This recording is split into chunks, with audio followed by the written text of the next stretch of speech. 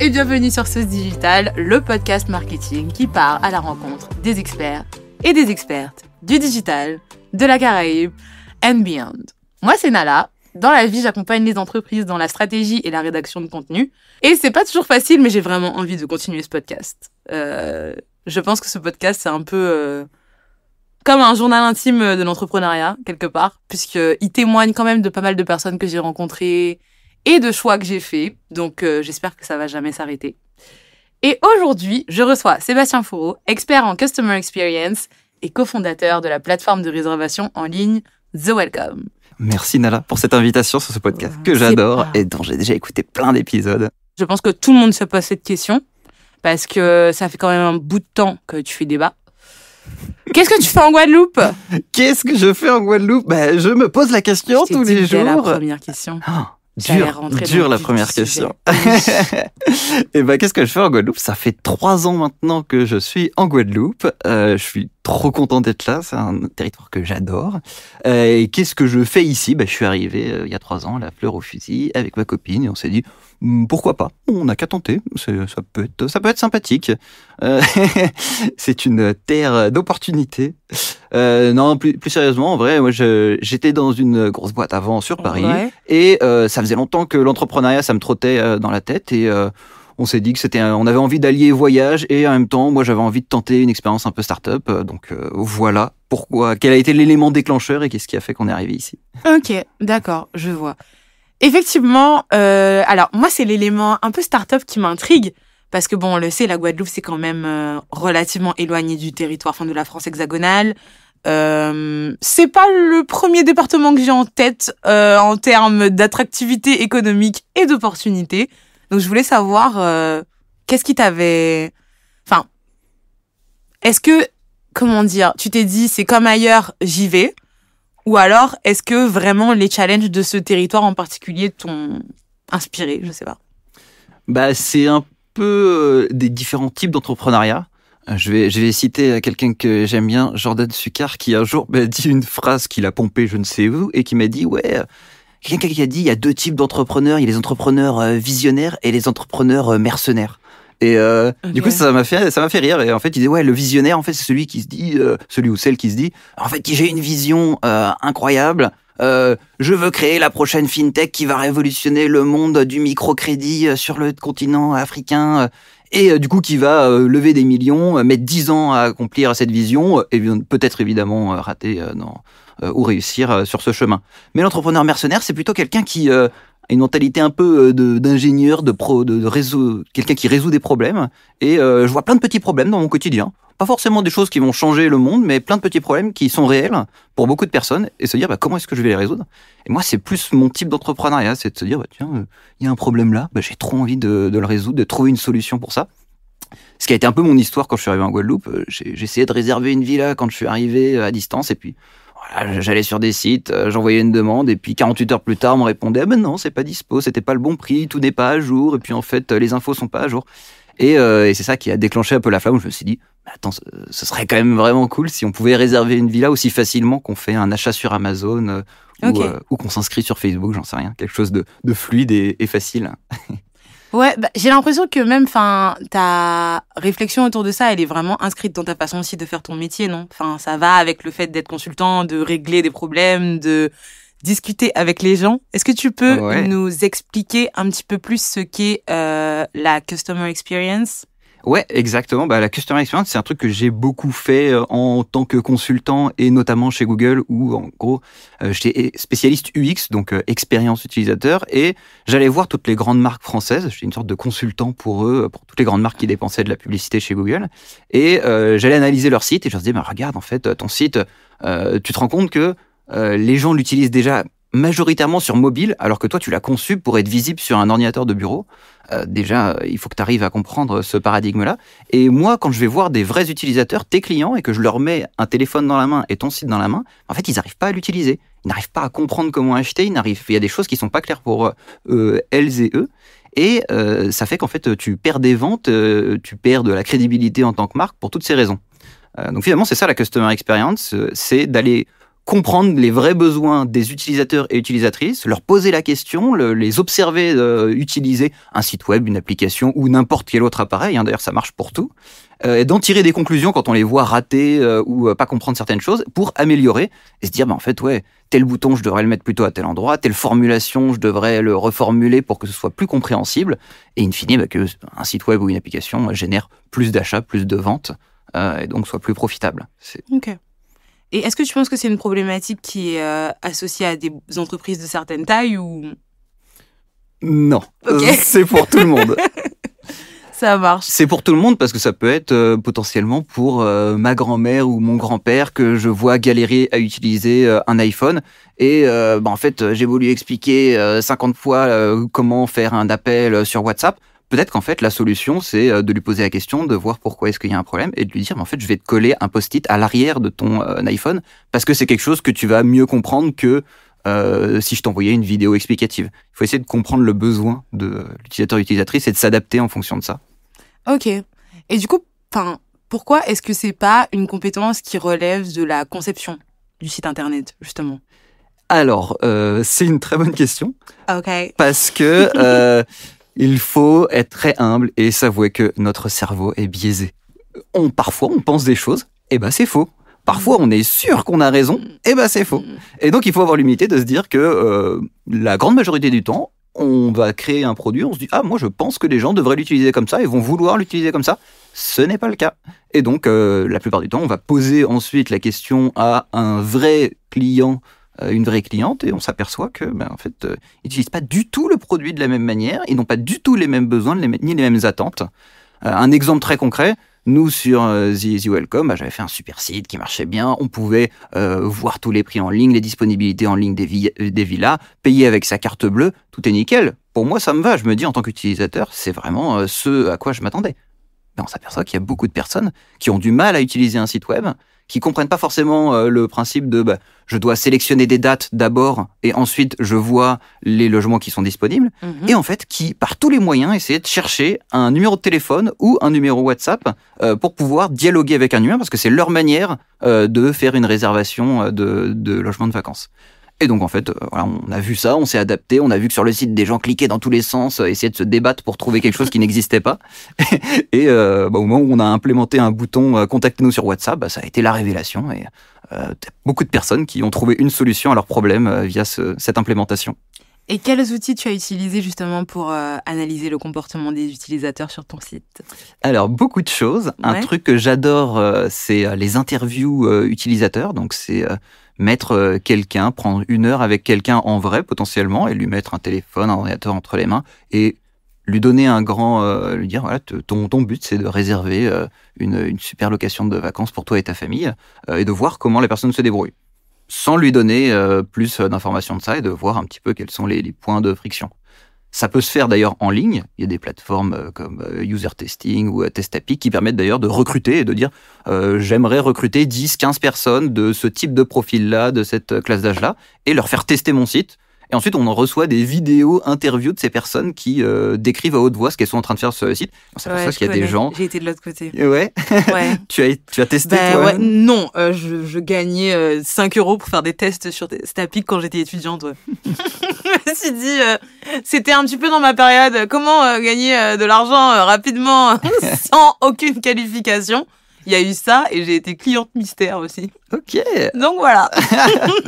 Tu as été la testeuse. Ouais, c'est ça. Et franchement, en fait, je me dis, en soi, c'est pas un truc que je referais parce que je trouve que quand même par rapport à la rémunération, tout ce qu'on te demande de faire, c'est quand même beaucoup. Ouais. Mais c'est vrai que je me suis dit, c'est intéressant pour les marques et pour les gens qui veulent faire un petit peu de sous à côté. Mais c'est fou. En plus, on apprend toujours des trucs qu'on n'aurait jamais imaginés. Moi, j'en avais fait pour SFR à un moment et... ils avaient donc dans le bas un menu du bas sur leur site mobile et puis d'un coup on voit une personne qui n'est pas native française et qui a une barre de Google Translate qui se met automatiquement par-dessus ce menu et donc en fait la personne ne pouvait pas naviguer sur le site parce qu'elle avait une barre d'auto-translate et puis on s'est dit en fait c'est vrai qu'on n'a pas pensé aux gens qui utilisent un traducteur automatique et qui auraient une manière différente d'utiliser leur téléphone alors qu'en fait c'est quand même beaucoup de personnes qui sont potentiellement concernés par ça. C'est ça. Et en même temps, c'est quand même assez niche parce que c'est que sur Google Chrome. Je sais pas exactement. Ça peut exister sur plusieurs navigateurs. Ce qui est intéressant aussi, mais c'est la que... barre est à un endroit différent, du coup. Exactement. Et je trouve qu'il y a ça aussi qui est intéressant dans la conception web. C'est le côté où déjà tu dois t'imaginer la variété de profils différents de personnes qui vont consulter ton site et l'utiliser. Mais il y a aussi tous les appareils et les supports et les formats. Et en fait, je suis désolée, mais quand tu penses, quand même, en soi, le fait que il y ait un problème par rapport à la barre de Google Translate sur Google Chrome, sur desktop, c'est quand même niche. Et pourtant, ça représente des gens qui voulaient souscrire à la nouvelle box de SFR et qui n'y arrivent absolument pas, et qui n'arrivent pas à naviguer sur le site et qui se disent c'est pas pour moi, quoi. Donc j'abandonne. Et ceux-là, on peut pas les laisser de côté parce que ça reste des clients potentiels, types d'usages. Effectivement. On en était où? Donc du coup, t'es consultant, entrepreneur. Et on n'a pas parlé de la petite passion intelligence artificielle encore? Non, pas encore, mais ça, c'est ma grande passion. Moi, je suis un gros geek depuis que je suis tout petit. Quand j'étais en 6e, mon père m'a ramené un énorme pavé sur apprendre à développer dans tel langage. Puis, je comprenais même pas la moitié de ce que je faisais, mais pourtant, ça me passionnait. Je faisais des petits virus, des petits programmes. Et puis, petit à petit, j'ai commencé à faire des sites web pour faire un site de skate avec un pote. Et petit à petit, en fait, voilà, j'apprends à développer, à coder, à faire un peu de design sur les sites web. Donc moi, je suis passionné par ça. Et je suis passionné aussi par tout ce qui est efficacité, automatisé. Quelque chose, un des trucs qui me déprime le plus dans la vie, c'est quand je vois quelqu'un qui fait 50 fois la même tâche répétitive, alors qu'on pourrait l'automatiser et surtout passer plus de temps à faire des choses qui sont intéressantes et stratégiques. Et donc voilà, j'adore trouver des petits raccourcis pour automatiser des tâches. Et l'intelligence artificielle, c'est ma nouvelle passion parce que ça permet de faire énormément de choses qui vont dans ce sens. Ok, ça marche. Alors, du coup, c'est quoi ton IA préféré et pourquoi? Mon IA préféré, c'est dur à dire. Pour moi, mon type d'IA préféré, ce sont les large language models, ces IA génératives de texte, parce qu'elles permettent énormément de choses et on a vu l'émergence dans les 2-3 dernières années. Un exemple assez concret, nous, au début de The Welcome, on écrivait nos descriptions de villas à la main. Notre but, c'est de créer un truc qui soit engageant, qui donne envie. Mais on s'aperçoit qu'en fait, c'est quand même un job vraiment de littéraire. Faut trouver les bons mots, trouver les bonnes accroches, savoir décrire, savoir faire rêver. C'est littéralement un métier. Et ça demande du temps. Et c'est littéralement un métier. Et donc voilà, depuis peu, là, j'ai bossé sur un robot qui, en fait... On enregistre une discussion avec un ou une propriétaire quand on va visiter une villa. Ouais. Et il enregistre peut-être 1 heure de discussion. Et à partir de cette heure de discussion, il va générer une description vendeuse de la villa qu'on est en train de visiter. Et qui correspond la plupart du temps plutôt bien à la réalité. Et donc après, évidemment, on corrige. C'est une première base, mais ça nous permet de gagner peut-être une demi-heure, 1 heure à chaque fois de description. Et puis c'est quand même un peu waouh quand on finit une visite et que là, on lit une description parfaite de la villa à quelqu'un qui vient de nous la faire visiter. Il y a un petit côté waouh. C'est un usage quand même un peu abouti et je pense que ça contourne justement tout ce qui est attrait à la rédaction avec l'intelligence artificielle où au final, tu te retrouves à avoir un texte un peu boring, quoi. Et souvent répétitif ou alors avec des morceaux d'un texte dans un autre et tout. Et du coup, là, je trouve que c'est une façon hyper efficace au final de rentabiliser un échange que vous avez déjà eu avec le propriétaire. Et du coup, tout y est, quoi. On gagne du temps. Il y a un petit effet waouh parce que tu transformes... Est-ce que du coup, tu pars de la retranscription ou tu pars vraiment du fichier audio?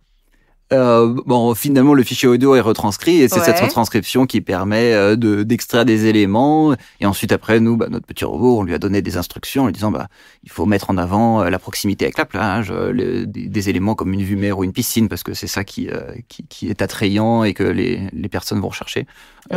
Et qu'on lui dit il faut parler de la localisation, donc si c'est à Saint-François ou à Sainte-Anne, il faut en parler. Voici les choses que tu peux savoir. Alors évidemment, il faut pas le laisser ses robots sans instruction, hein. On a dû lui décrire un petit peu ce qui était cool à faire à Saint-François ou à Sainte-Anne, parce que si on lui dit base-toi sur tes connaissances, il va nous dire super, vous pouvez skier sur la plage. Il peut parfois sortir des dingueries, donc faut évidemment cadrer, mais comme on cadrerait un brief une fois, mais qui ensuite est réapplicable beaucoup de fois. Oui, voilà, mais bon, il y a aussi le côté entraîner ton brief, entre guillemets aussi. Puisque bon, j'imagine que là, on est bien loin du premier résultat que vous avez eu quand vous avez testé ce robot, quoi. Exactement.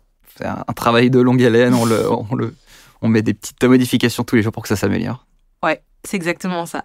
Est-ce que y a d'autres façons dont tu utilises l'IA dans ton quotidien que tu aimerais partager? Parce que je sais que c'est très, c'est très opaque comme discipline, alors que tu vois, je pense qu'il y a des exemples comme ça qui peuvent vraiment inspirer les gens et se dire, voilà, j'ai identifié une tâche répétitive dans mon quotidien que je veux optimiser, sur laquelle je veux passer moins de temps. Ouais.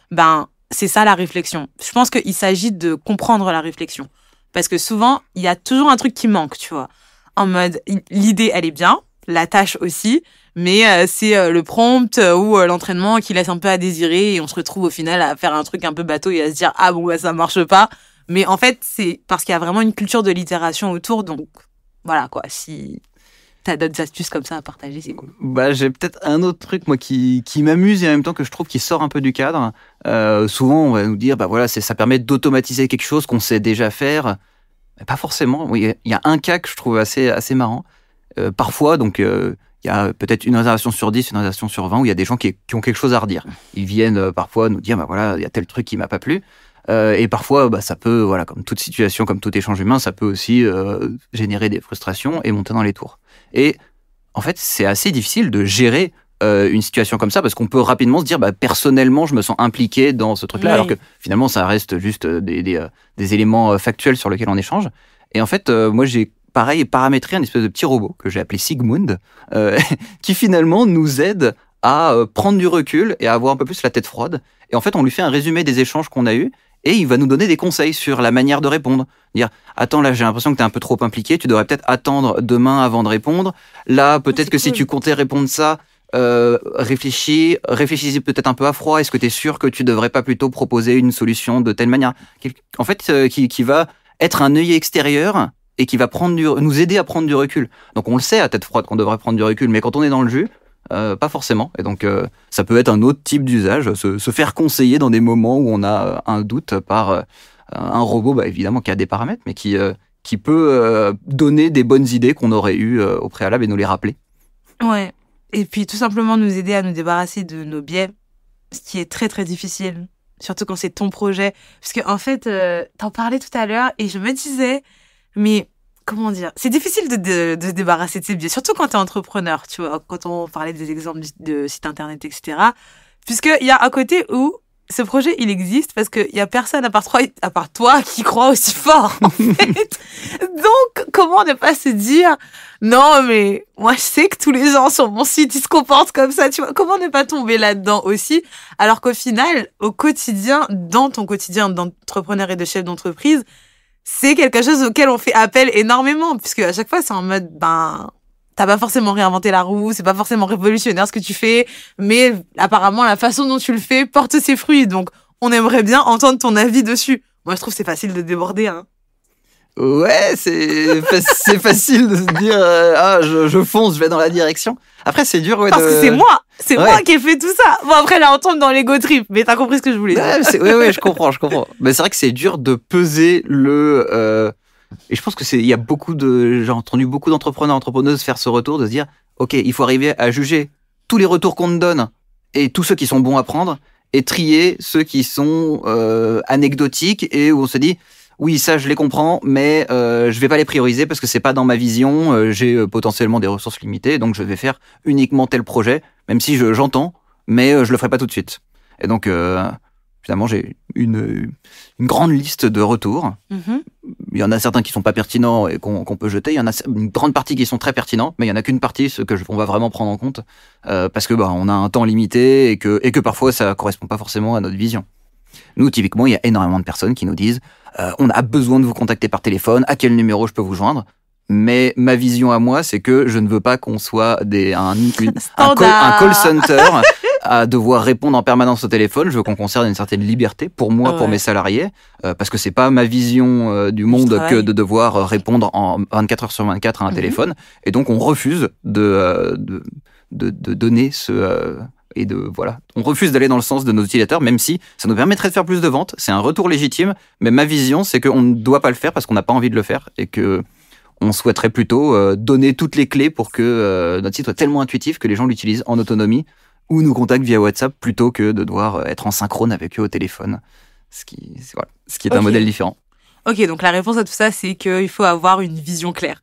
Ouais, je pense que d'avoir une vision et de pas faire la girouette. Ce que beaucoup de product managers disent, c'est d'éviter de faire la girouette et d'implémenter telle ou telle fonctionnalité en fonction de tous les retours, mais de pas avoir de direction claire.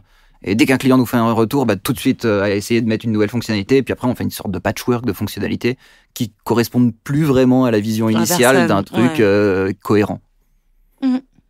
Très bien dit. Pour clôturer sur l'intelligence artificielle, j'avais une autre question.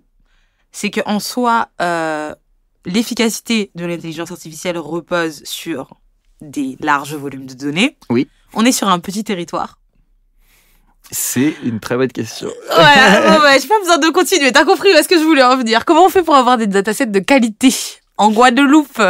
Ben, c'est vrai que nous, par exemple, on a essayé d'écrire des articles ou de se faire aider par des IA pour écrire des articles sur la Guadeloupe pour aider les voyageurs à répondre à leurs questions les plus fréquentes. Qu'est-ce qu'on devrait mettre dans sa valise quand on vient en Guadeloupe? Quelles sont les plus belles plages? Sauf que une IA va se baser sur tous les contenus qui sont sur le web. Et en fait, s'il y a très peu de contenus qui ont été rédigés dans ce sens-là, en fait, il a très peu de données. Et donc finalement, c'est à nous de l'aider encore plus. Donc à la fois, c'est une force et c'est une faiblesse. C'est une force parce que ceux qui ont la connaissance en Guadeloupe, c'est pas une connaissance qui est forcément disponible en ligne. Et donc finalement, c'est quelque chose qui a énormément de valeur lorsque on connaît bien son territoire. Là où je dirais pas la même chose à Biarritz, parce qu'à mon avis, il existe des centaines de blogs qui expliquent quelle est la plus belle plage de Biarritz. Et donc, une IA va pouvoir rédiger un article simili sur les plus belles plages de Biarritz. Une IA, actuellement, elle a du mal à écrire un article sur les plus belles plages de Guadeloupe sans se tromper. Parce qu'il y a peu, finalement, de connaissances en ligne. Et donc, c'est aussi gratifiant, nous, en tant qu'humains habitants de la Guadeloupe, c'est que on a encore beaucoup de connaissances à apprendre à ces petits robots qui sont un peu novices chez nous.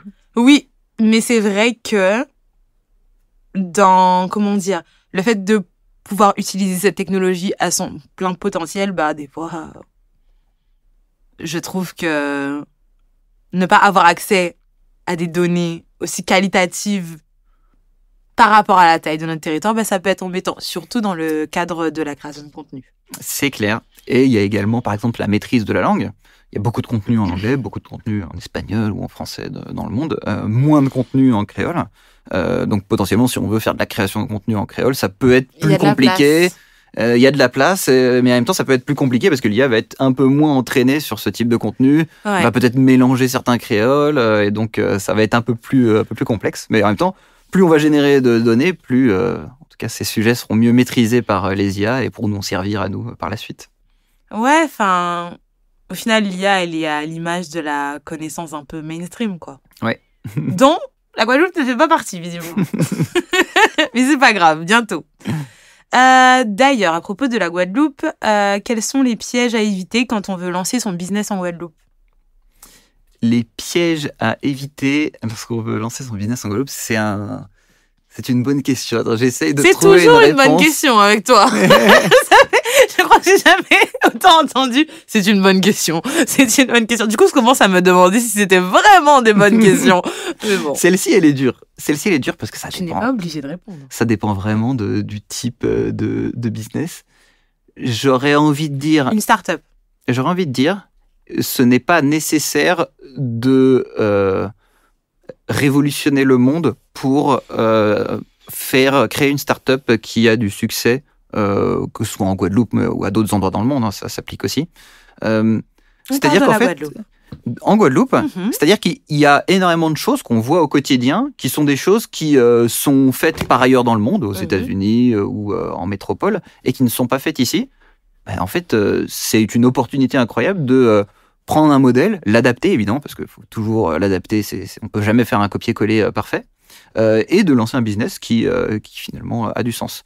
On n'est pas obligé de réinventer, de se dire je vais faire la prochaine fintech, le prochain service de mobilité ever, parce que c'est beaucoup plus compliqué de faire ça, parce qu'on est 400 000, peut-être 800 000 si on prend Martinique, ou 2 millions si on prend les expats, mais finalement, c'est un petit, on est rapidement plafonné par la taille des personnes à qui on s'adresse si le marché est uniquement ciblé sur Guadeloupe, Caraïbes. Ok, d'accord. Comment dire? Donc finalement, ne pas réinventer la roue peut être une bonne idée. Peut être innovant, peut être une bonne idée. Parce que uniquement ça, prendre un modèle existant et savoir l'adapter intelligemment ici, pour moi, ça garantit déjà beaucoup plus de chances de succès et c'est plus smart parce qu'en fait, il y a déjà plein de choses qui sont pas faites. C'est-à-dire qu'une fois que toutes les idées un peu classiques seront faites, une fois qu'on aura un Uber, un service de mobilité qui marchera bien, un service de livraison qui marchera bien, un service de revente d'habits de manière collaborative à la Vinted qui marchera bien, on pourra se dire bon bah ok, comment est-ce qu'on crée le truc du futur? Mais en fait, il y a tellement de choses déjà à créer que il y a de la place. Il y a de la place pour beaucoup d'entrepreneurs, entrepreneuses qui ont envie de mettre les mains dans le cambouis, de se lancer, d'adapter, de comprendre les spécificités de la Guadeloupe, la spécificité de la culture guadeloupéenne et de s'adapter. Donc pour moi, c'est peut-être ça, je dirais, l'écueil principal, c'est de se dire pas forcément réinventer, pas forcément révolutionner le monde, trouver des bonnes idées. Par l'innovation. Exactement. Pas innover pour innover. Pour innover, ouais, voilà. Parce qu'en fait, c'est ce que j'allais te dire tout à l'heure, c'est que c'est quand même quelque chose qui est énormément poussé par les collectivités et le gouvernement, ce truc de il faut innover, il faut faire quelque chose qui sort du commun, en fait. Mais si personne ne l'utilise, est-ce que ça valait vraiment le coup? Voilà, quoi. Est-ce qu'il y a une idée reçue sur l'intelligence artificielle que tu aimerais que tout le monde sache? Une idée reçue, ce serait que l'IA va nous remplacer, que nous n'aurons plus d'utilité en tant qu'humains, et qui a un fond de vérité, parce qu'il y a des choses qu'on faisait autrefois et qu'on ne va plus faire. Comme les chevaux ont vu arriver la voiture et se sont dit bon bah maintenant on va faire autre chose et on va plus traîner des calèches. Bon, c'est l'histoire de la révolution et de l'innovation. J'attendais trop pas à cette analogie, désolé. Les chevaux, ils se sont dit. T'étais avec eux, apparemment. Voilà. J'étais là. Oui. J'ai vécu leur peur et c'est leur la conclusion doute. de ce podcast. Tu es aussi un homme cheval. Voilà. Je suis un cheval face à une voiture. Oh, waouh. Ouais, cet exemple, il était sorti. Ouais, je sais pas d'où il est sorti. Non, mais bref. C'était marrant quand même. Tu disais pardon. Enfin bref. Non, mais. Ou qu'on prenne un autre exemple, il y avait, voilà, historiquement, il y a eu beaucoup de personnes qui travaillaient sur des usines à la chaîne à visser un petit bouchon sur un tube de dentifrice. Maintenant, c'est plus forcément un truc qu'on fait, mais bon, est-ce que ça nous manque vraiment? Pas forcément. Il y a plein de trucs qui nous manquent plus vraiment et qu'on ne fait plus. J'ai l'impression que l'IA, ça va être un peu pareil. Il y a plein de choses qui vont pas forcément nous manquer, qu'on va pouvoir déléguer et on va pouvoir se concentrer sur des tâches plus intéressantes et apporter plus de valeur.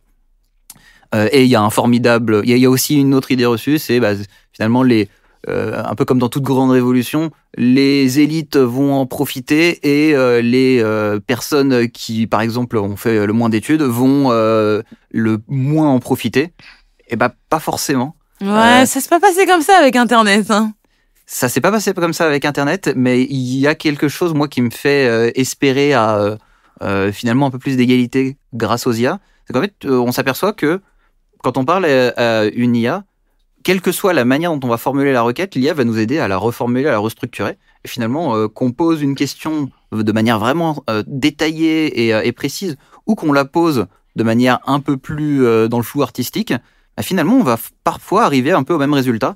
Et donc, ça va aider beaucoup plus de personnes. Il y a un côté un peu inclusif dans une IA qui va répondre de manière pertinente à tout le monde, quelle que soit la manière de poser la question, quelle que soit la langue par laquelle on pose la question. Donc ça va remettre, j'ai l'impression, un peu faciliter plus de l'accès à l'information. Exactement, un côté universel dans l'accès à l'information et dans le fait de se faire aider, que moi en tout cas qui me plaît et j'ai envie d'y croire.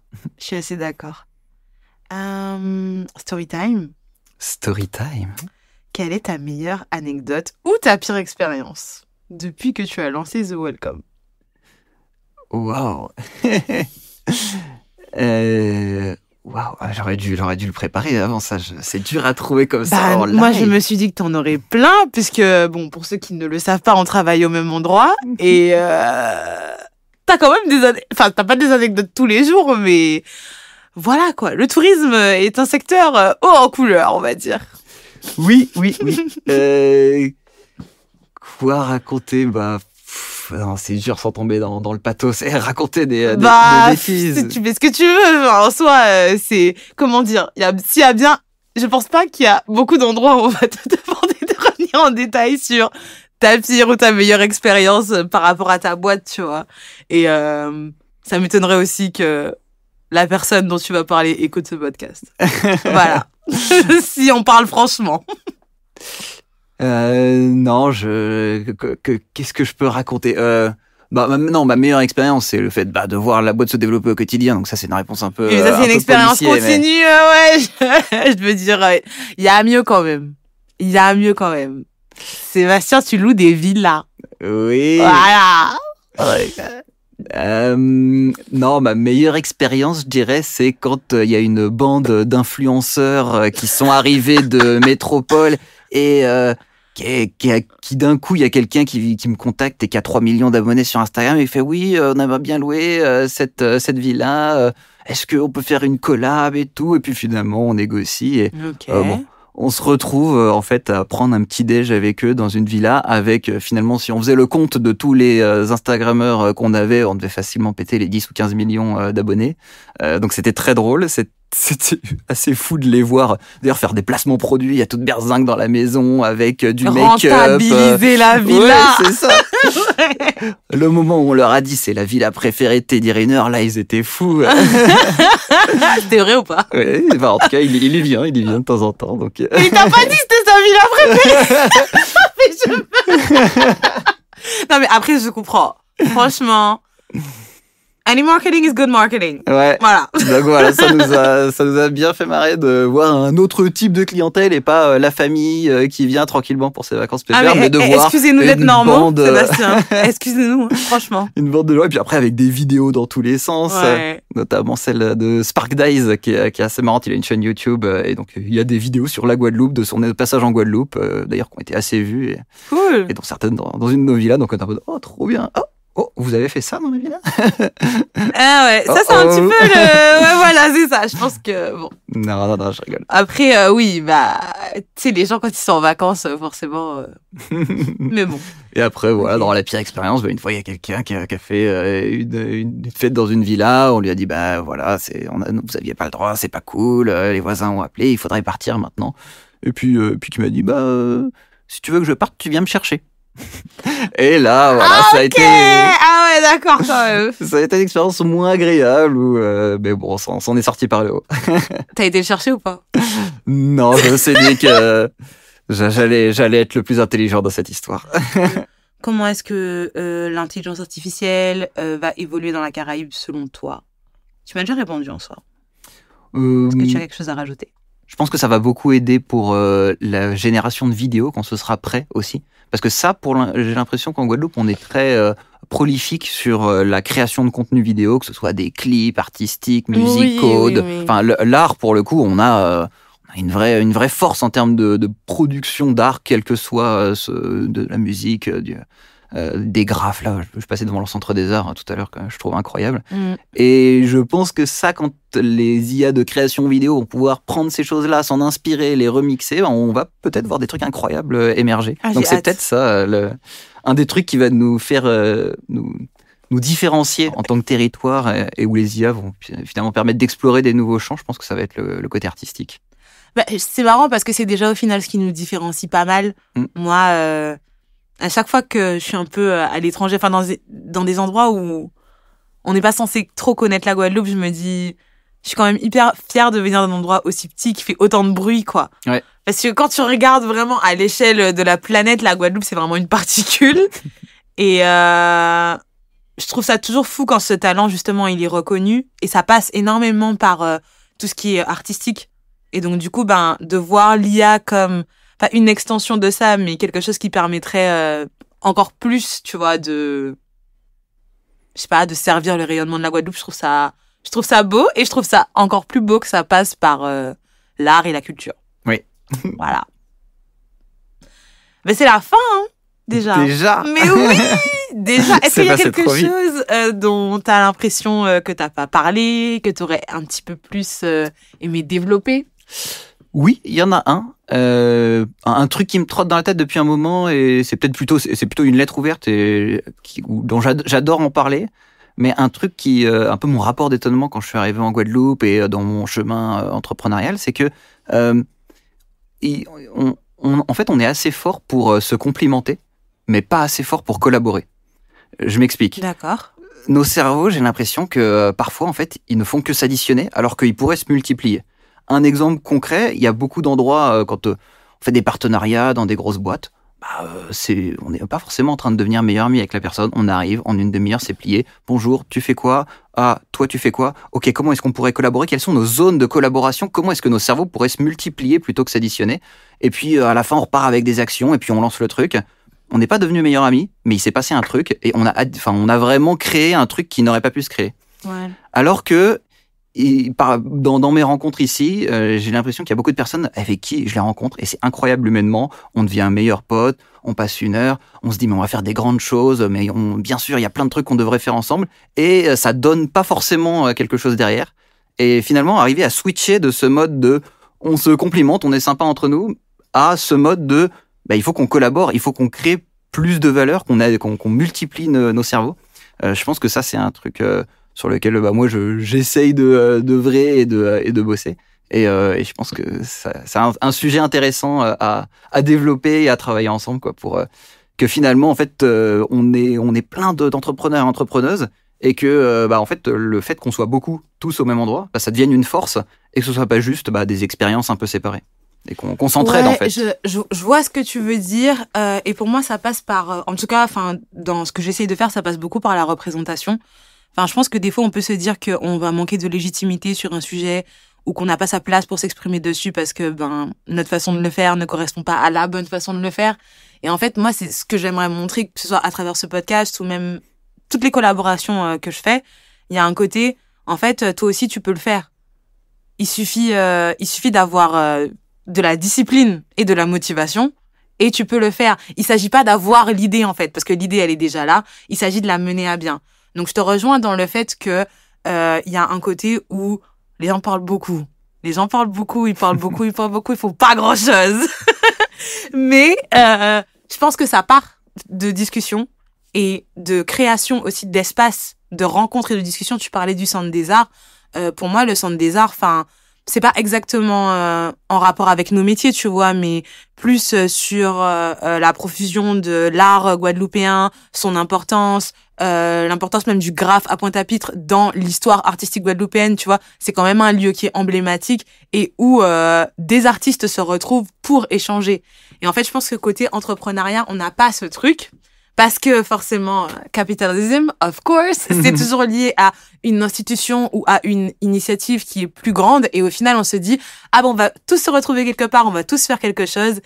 Et en fait, on se rend compte que on sait même plus pourquoi on est là, en fait. Est-ce qu'il s'agissait d'être là ou est-ce qu'il s'agissait de faire quelque chose en étant là?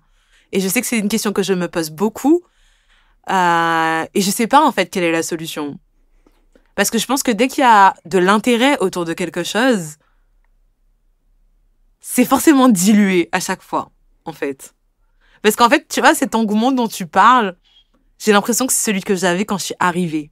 Maintenant que je suis là, c'est quand même un peu différent. Le fait d'être pas dans la pensée de l'entrepreneuriat, mais vraiment dans la réalisation, dans le quotidien, dans ce que ça implique pour moi quotidiennement d'être entrepreneur sur ce territoire. C'est vrai que c'est difficile de trouver le temps de s'asseoir et de se poser et d'inspirer les autres, tu vois. Ouais, mais pourtant, c'est ce que tu fais avec ce podcast et tous ces épisodes. Oui, mais tu vois, ça fait combien de temps que j'ai pas sorti un épisode? Ça fait... Allez, ça doit faire 4 mois maintenant. Et c'est quelque chose, tu vois, dans la théorie de la création de contenu et du partage et tout, mais je serais folle, en fait, si quelqu'un faisait ça, je serais en mode, mais non, mais t'avais un trop bon concept, mais il faut continuer à produire, faut avoir de l'avance sur tes épisodes pour que tu puisses te reposer, pour que tu puisses ci, pour que tu puisses ça. Mais en fait, non, en fait, de le faire soi-même avec ses propres moyens et la vie, ça fait que, ouais, Ça fait 4 mois qu'il n'y a pas eu un épisode. Et c'est pas pour autant que c'est pas un projet qui est important, que j'y crois pas toujours autant. C'est juste que la réalité de vivre sur ce territoire m'a rattrapée. Tu vois ? Je vois. Voilà. Donc après, c'est un peu ma vision des choses et qui est entremêlée aussi de coups durs, tu vois. Et où, forcément, quand tu te jettes corps et âme dans ton projet entrepreneurial, il y a que ça. Et quand ça va pas, et que ça va pas, il y a rien qui va, en fait. Et c'est là que je me suis dit, non, mais en fait, la vie, c'est trop précieux. Et je m'en fous si je publie pas d'épisode pendant 4 mois. Je dois rien aux gens, en fait. Je suis d'accord avec toi, ça sert à rien de se mettre la pression, finalement. Non, mais... Toute initiative est bonne à prendre, faut... Non, mais quand forcément commence à y avoir des réactions, que ça génère de l'engouement, tu dois quand même prendre tes responsabilités. Et cette partie-là, elle est pas facile. C'est clair. Voilà. C'est un long chemin, mais c'est bien, on collabore tous on est tous dans la même direction, en vrai. Et tout le monde galère, c'est ça qui est important. C'était ça qu'il fallait retenir de cet épisode. Tout le monde galère et tout le monde fait des tâches qui servent à rien, donc l'intelligence artificielle va tous tout sauver. Et venez entreprendre en Guadeloupe, c'est trop bien, même si c'est super dur, mais c'est trop bien. Est-ce qu'il y a un autre message que j'ai oublié ? Non, que c'est incroyable. Toutes mes questions sont géniales. Je pose de bonnes questions. Tu poses d'excellentes questions. Il faut rappeler que non, c'est incroyable. C'est une chance qu'on a de pouvoir entreprendre dans ce milieu-là, d'avoir autant de personnes bienveillantes, plein d'entraide. Donc moi, je trouve ça incroyable. Donc merci aussi à tout le monde et tous les gens qui œuvrent au quotidien, qui donnent du love, de la good vibe. Donc ça, c'est incroyable. Ouais, voilà. Et surtout, et des infrastructures et des lieux pour qu'on se rencontre et qui nous font confiance aussi pour prendre part sur des sujets où on peut avoir une légitimité, même en étant un territoire ultramarin en plein milieu de la Caraïbe. Donc, voilà. Bon, là, on arrive à la fin de l'épisode pour de vrai. Merci beaucoup d'être venu. C'était trop cool. Merci à toi. Est-ce que tu as d'autres projets, évolutions futures que tu aimerais partager avec ton audience ? Projet, évolution future, écoutez, non, venez, si vous êtes propriétaire et que vous souhaitez louer votre villa sur The Welcome, venez, on vous assurera une énorme tranquillité d'esprit et une grosse rentabilité. Mais voilà les projets futurs. Ouais. Et qui est-ce que tu aimerais entendre dans ce podcast ? Qui est-ce que j'aimerais entendre dans ce podcast ? Fatou et Camille de The Box, parce que moi je trouve ça incroyable ce qu'elles font autour du fait de structurer notre communauté à leur échelle autour de cet incubateur et coworking. Donc j'adorerais avoir leur vision de manière un peu plus libre en discussion avec toi. Ok, j'adorerais les recevoir aussi. Je sais pas si c'est possible, mais en tout cas, merci pour le shout-out. Et où est-ce qu'on peut te retrouver ? Sur toutes les plateformes, LinkedIn, YouTube, Twitter, Skyblog, si vraiment vous cherchez bien. Voilà. Ça n'existe plus, Sébastien, depuis 7 mois Mais il maintenant. existe des archives sur Internet pour retrouver les contenus passés. Oui, mais en gros, ils ont supprimé le serveur qui hébergeait les Skyblogs parce que ça leur coûtait trop d'argent de le garder. Voilà. C'est peut-être une très bonne nouvelle pour beaucoup d'entre nous. Ouais, moi j'aimais bien y retourner quand même. Franchement, même avec un couteau sous la gorge, j'aurais jamais donné l'adresse à qui que ce soit parce que c'était une fanfiction d'un groupe bien connu dont je tairai le nom.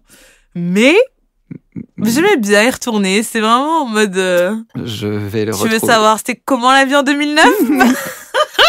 Si, tu le retrouveras jamais. Mission accepted. Okay, keep me posted then, because I don't think you will, vraiment. Écoute, encore merci. Et toi qui nous écoutes, si à la suite de cet épisode, tu souhaites poser des questions, tu peux m'envoyer un DM sur Insta @sauce-digital au pluriel. Et si l'intelligence artificielle, et plus particulièrement dans le contexte du marketing digital, t'intéresse, j'organise des petits ateliers. Donc, je mettrai les liens, les informations de contact et les outils mentionnés dans la description de l'épisode. Et on se retrouve bientôt. Bye! Bye!